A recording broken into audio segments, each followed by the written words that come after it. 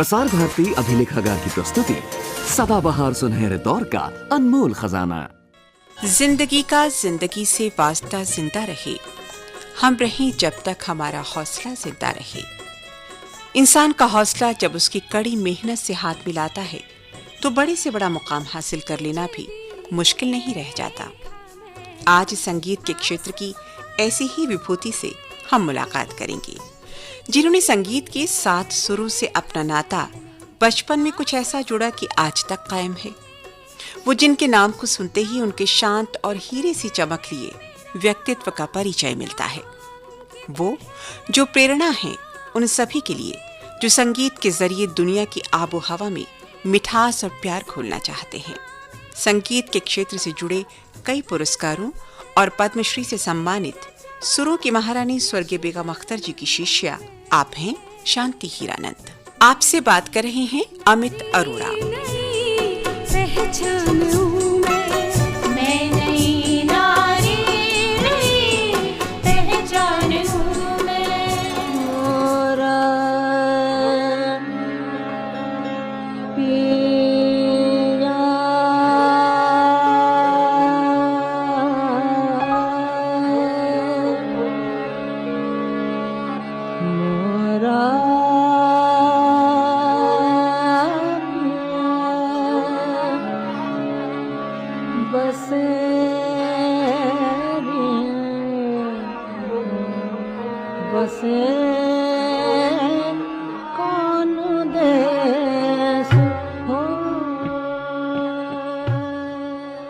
पिछले 60 वर्षों से आप गायकी के क्षेत्र से जुड़ी हैं, कैसा रहा अब तक का सफर? मेरा सफर जब मैं देखती हूँ तो बहुत अच्छा लगता है, क्योंकि ऐसा लगता है जैसे ईश्वर ने मुझे बनाया ही इसी वजह से था। जब मैं पैदा हुई तब तो घर में तो गाना बजाना था ही नहीं, न पिताजी की तरफ से, न माताजी ननिहाल से, न ददिहाल से, कहीं से भी गाना बजाना बिल्कुल था ही नहीं। आप बिजनेस फैमिली से? बिजनेस फैमिली थी। पता नहीं कैसे लखनऊ में पैदा हुए तो हमारे जो पिताजी थे उनको किसी ने कहा कि ये बच्ची की आवाज अच्छी है। और ऐसा होता था कि गली में जाते थे तो बनिए की दुकान पे खड़े हो गए तो हमें नारियल का गोला बहुत पसंद था, तो हम उससे कहते थे लाला जी गोला दे दीजिए। कह ले बिटिया गाना सुनाओ तब हम देंगे, तो हम खड़े होके गा देते थे।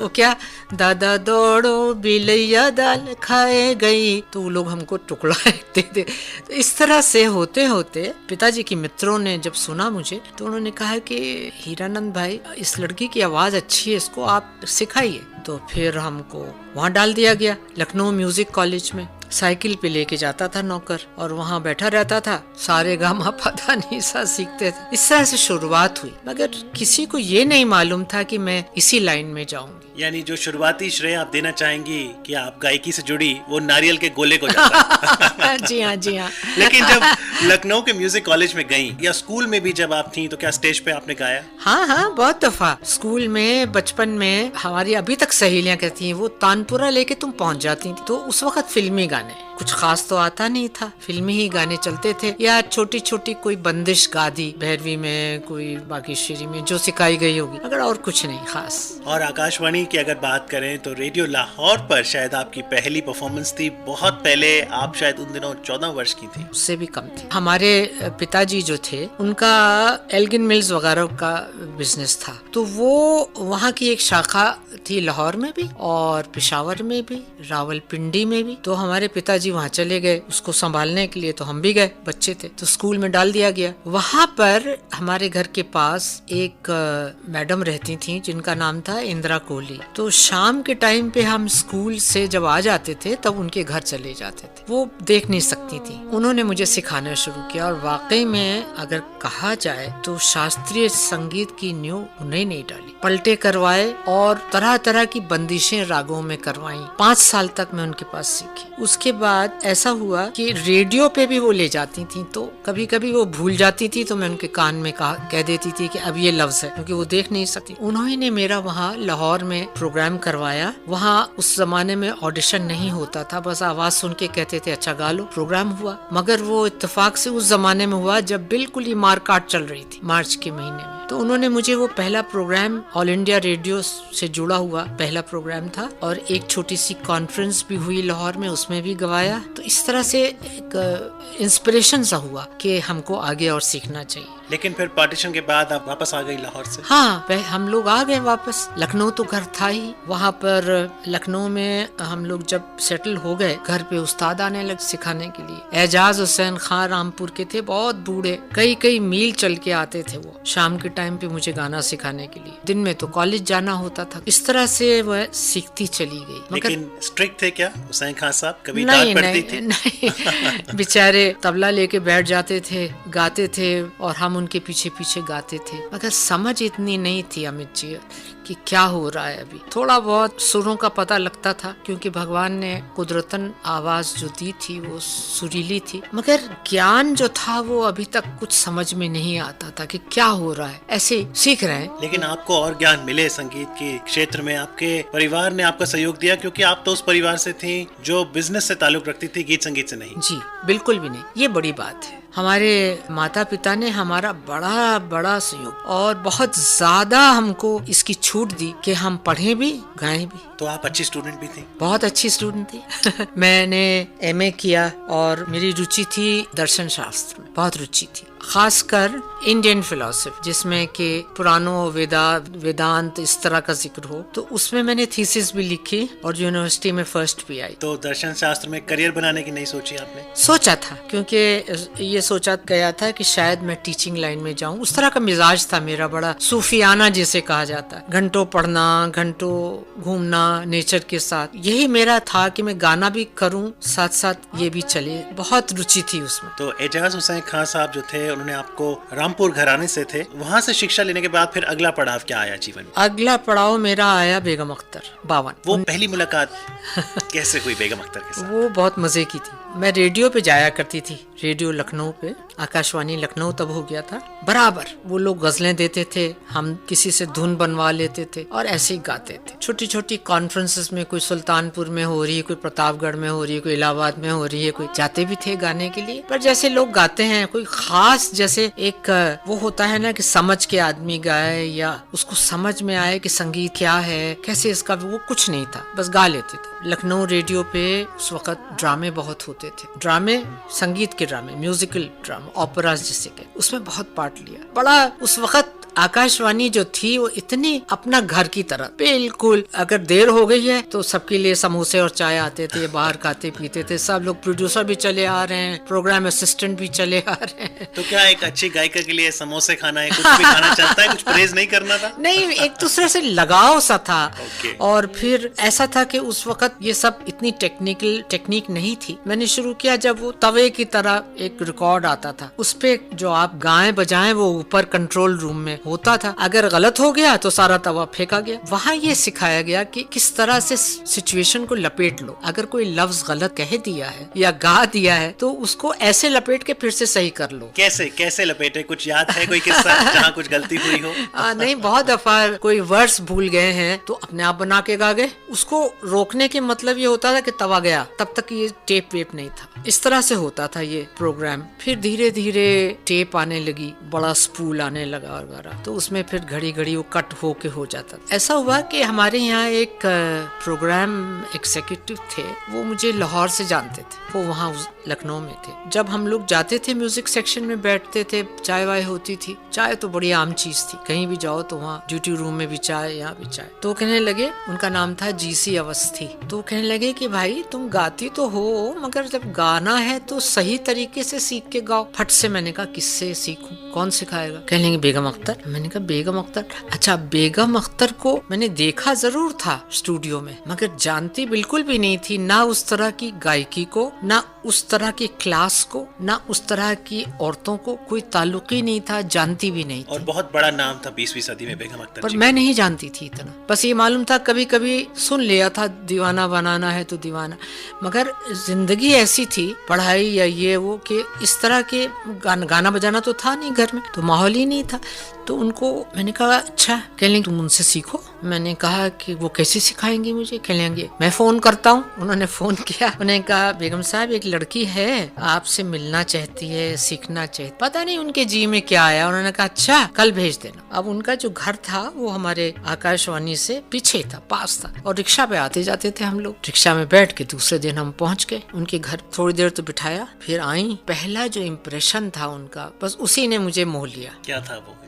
एक बड़ी प्यारी सी औरत, बिल्कुल सादे लिबास में, उजड़ी पुजड़ी सी साड़ी शायद उठ के आई थी बिस्तर से, बाल ऐसे ही बंधे हुए और सिगरेट मुंह में। कहने लगी अच्छा अवस्थी जी ने भेजा? मैंने कहा जी हाँ। कहने लगी क्या गाती हो? मैंने कहा भजन गीत। कहने लगी अच्छा कुछ सुनाओ। बाजा मंगवाया गया, बाजा रखा तो मैंने मीरा का एक भजन गाया, बसो मोरे नैनन में नंदलाल। मुझे नहीं मालूम था किस राग में है, पर वो अब जानती हूँ कि पीलू में था, वो मैंने गाया। बसो मोरे नैनन में नंदलाल, नैनन में नंदलाल, बसो मोरे नैनन में नंदलाल।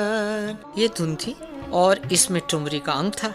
मुझे नहीं मालूम था। कहने लगी तुम तो अच्छा खासा गाती हो, क्या सीखो? मैंने कहा मुझे आप ही से सीखना बस। तो कहने लगी अच्छा कल आना। बस वो कल जो था वो कभी समाप्ति नहीं हुआ। उसके बाद आप उनकी शिष्या वो रोज कल कल कल कल कल। लेकिन आप शिष्या तो उनकी बनी, और गुरु शिष्य परंपरा के चलते काफी दिनों के बाद, काफी सालों के बाद गंडा बंधा, बाकायदा सेरेमनी हुई, और वो जैसे गंडा बांधा गया, चना खिलाया गया, गुड़ खिलाया गया। मैंने उनके कुछ थोड़ा बहुत दिया, मुझे तो कुछ पता नहीं था, वही जो उन्होंने कहा वो हुआ, गंडा बंध गया।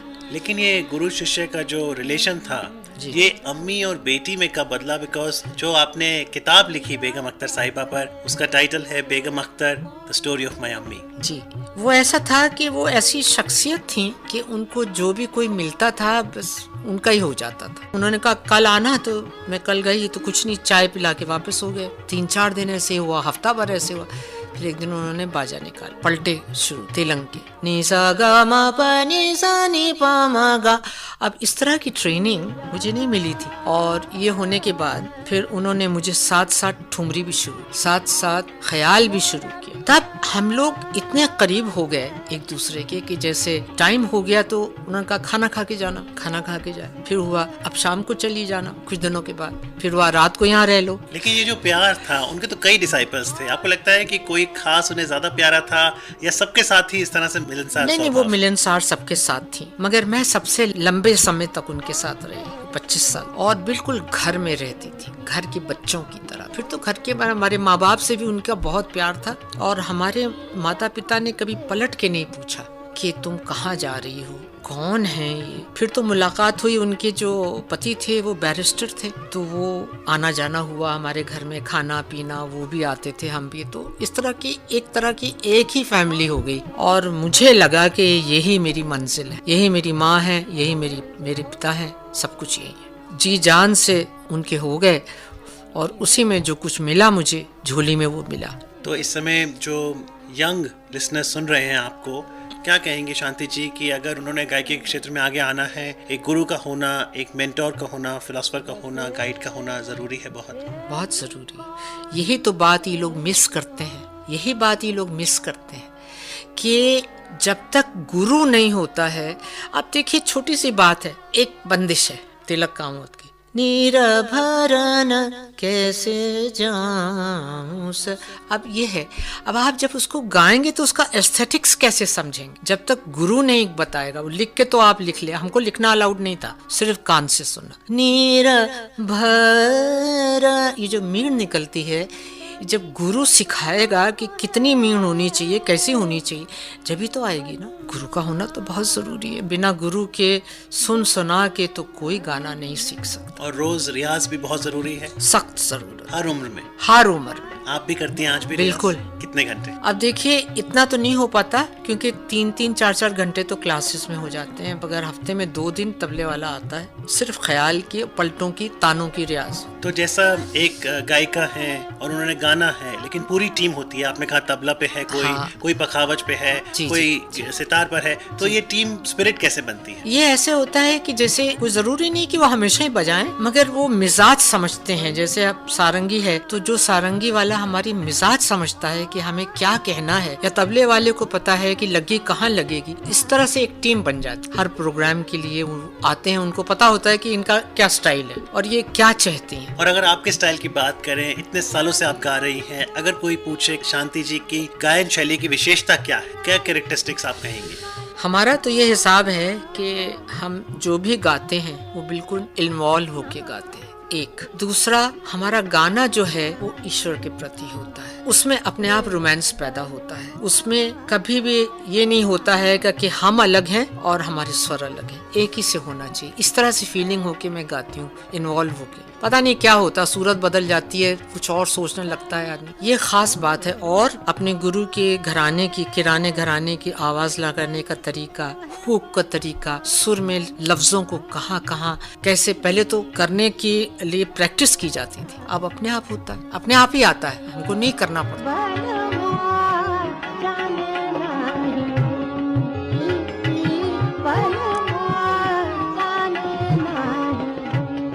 और संगीत की कई विधाओं में आपको महारत हासिल है। आपने ठुमरी गाया है, दादरा, गजल गायकी आपने की है, भजन, सूफी का आपने जिक्र किया। तो क्या ये सब जुड़े हैं एक दूसरे से? सब जुड़े हैं। गजल भी आप ईश्वर के नाम पे गा सकते हैं, जैसे जिक्र उस परिवश का और बयां अपना। अब परिवश जो है जिक्र करते हैं, परिवश माने खूबसूरत, वो ईश्वर भी तो है ना, जिसमें इतनी सुंदरता है। कोई जरूरी तो नहीं है कोई औरत हो। आप मजाजी और जैसे हकीकी कहते हैं, तो हकीकी करके मजाजी चीज को, दुनियावी चीज को गा सकते हैं। और जब आप समर्पण करके गाएंगे तो ऑब्जेक्टिव नहीं रहेगा, सब्जेक्टिव हो जाएगा, अपनापन आ जाएगा।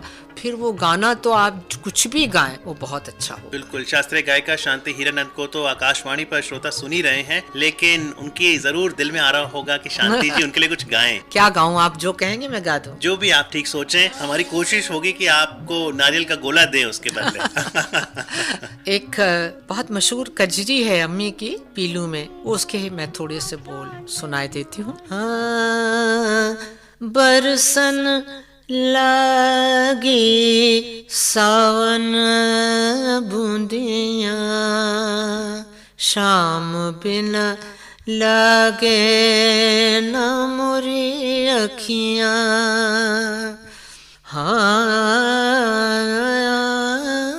बरसन लागी सावन बूंदियाँ, शाम बिन लागे न मोरी अखियाँ।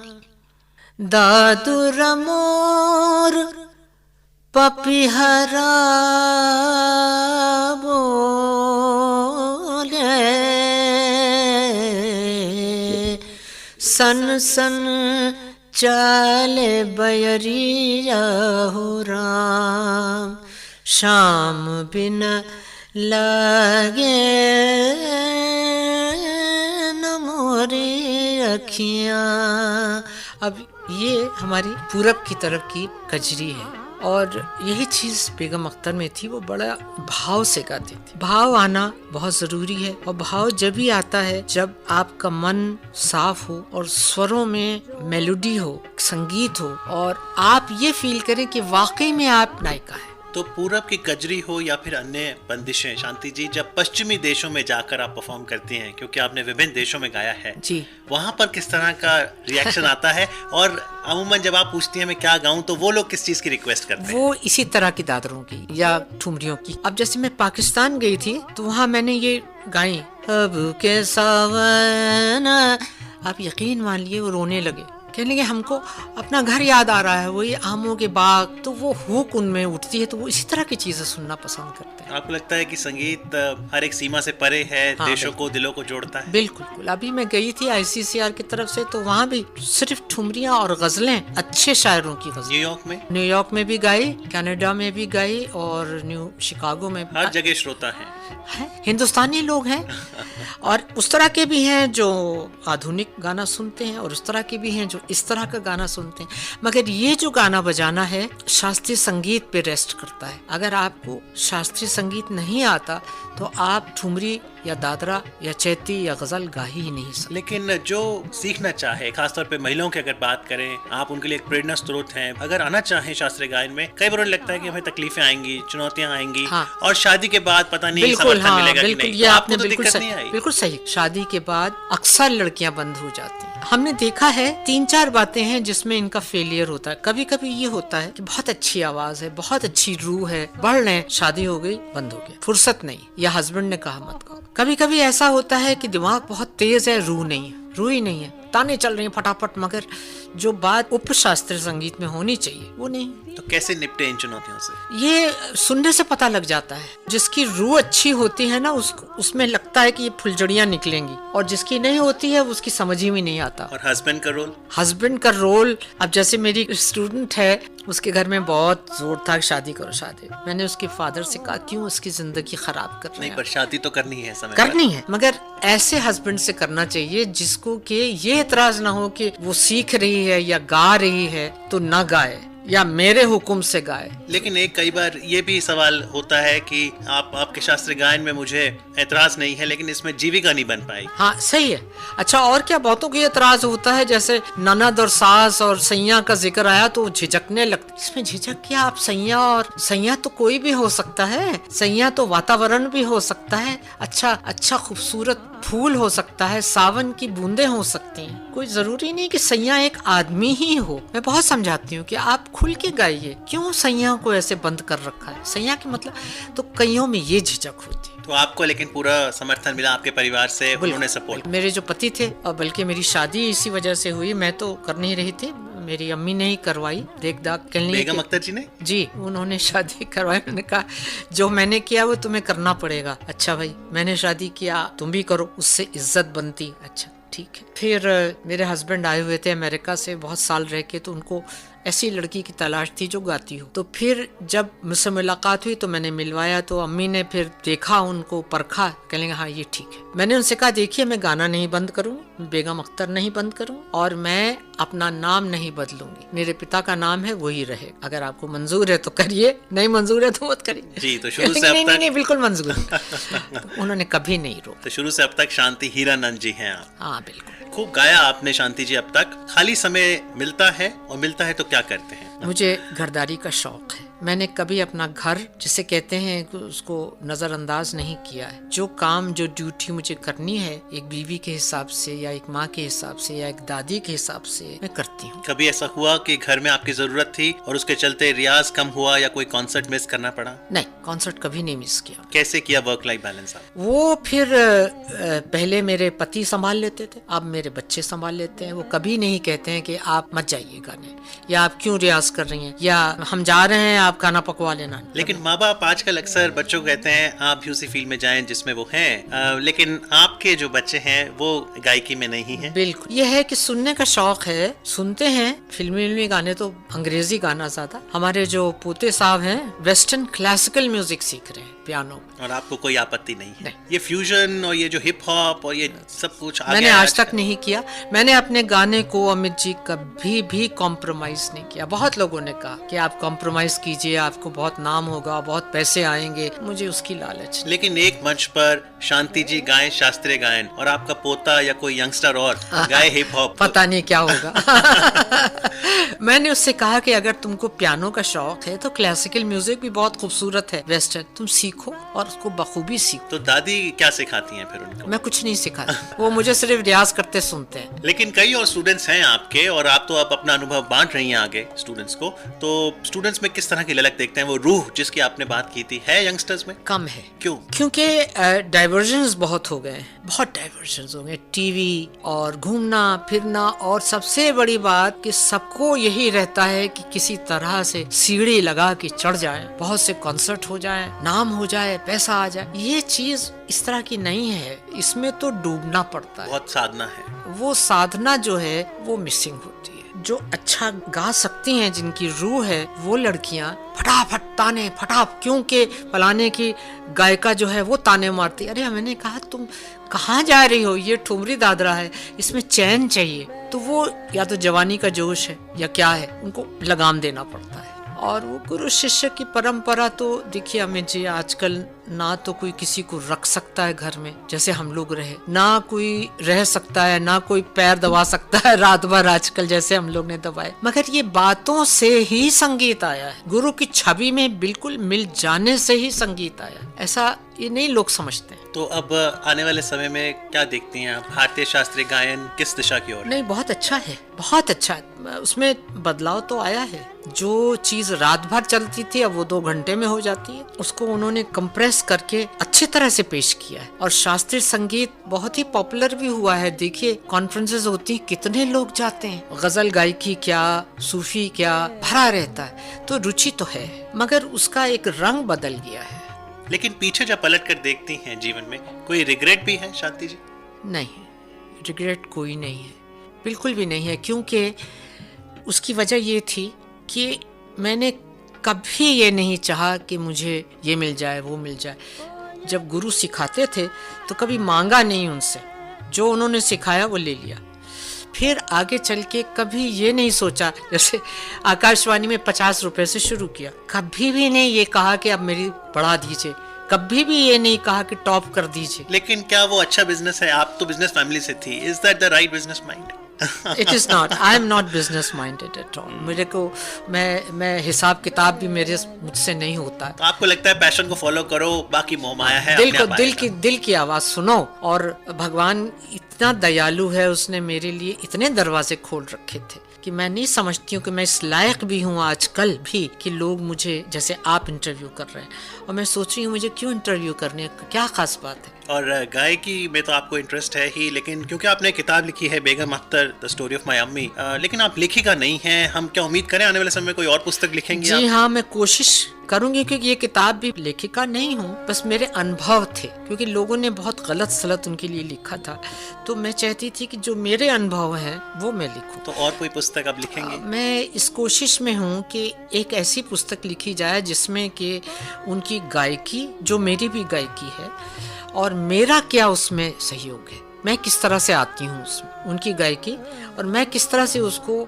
निभा रही हूँ या गा रही हूँ। मुझे एक लाइन याद आती है, बेगम अख्तर जी ने कहा था जब वो जीवित थी कि मेरे मरने के बाद यदि आप मेरी गायकी सुनना चाहें तो शांति जी को सुनिएगा। जी, बड़ी उनकी कृपा थी जो वो ऐसा कह गई, पर मैं इस लायक तो नहीं हूँ, पर मैं जब भी गाती हूँ तो मुझे बस वही होता है शायद जो उनको होता हो। ये सदी तेरे नाम करते हैं, ये सफर तेरे नाम करते हैं। किसी भी शागिर्द के लिए वो पल अविस्मरणीय बन जाते हैं जब गुरु ये कहे कि मेरे बाद यदि मेरा संगीत सुनना चाहें तो उसे सुने जिसे मैंने आप सभी के लिए तैयार किया है। बेगम अख्तर जी की कही ये बात आज भी शांति जी के दिलो दिमाग में मोती की तरह अंकित है। और जब कभी शांति जी कहती हैं, आकाशवाणी मेरा घर है, तो यकीन मानिए संगीत के हर प्रेमी को बहुत फक्र होता है। दुआ करते हैं संगीत के जरिए आप दिलों को जोड़ने और रूहों को सुकून देने का काम यूं ही करती रहें। ये दुआ हम सुबह हो शाम करते। सुकन्या की प्रस्तुतकर्ता थी मोनिका गुलाटी। हम सुबह हो शाम करते।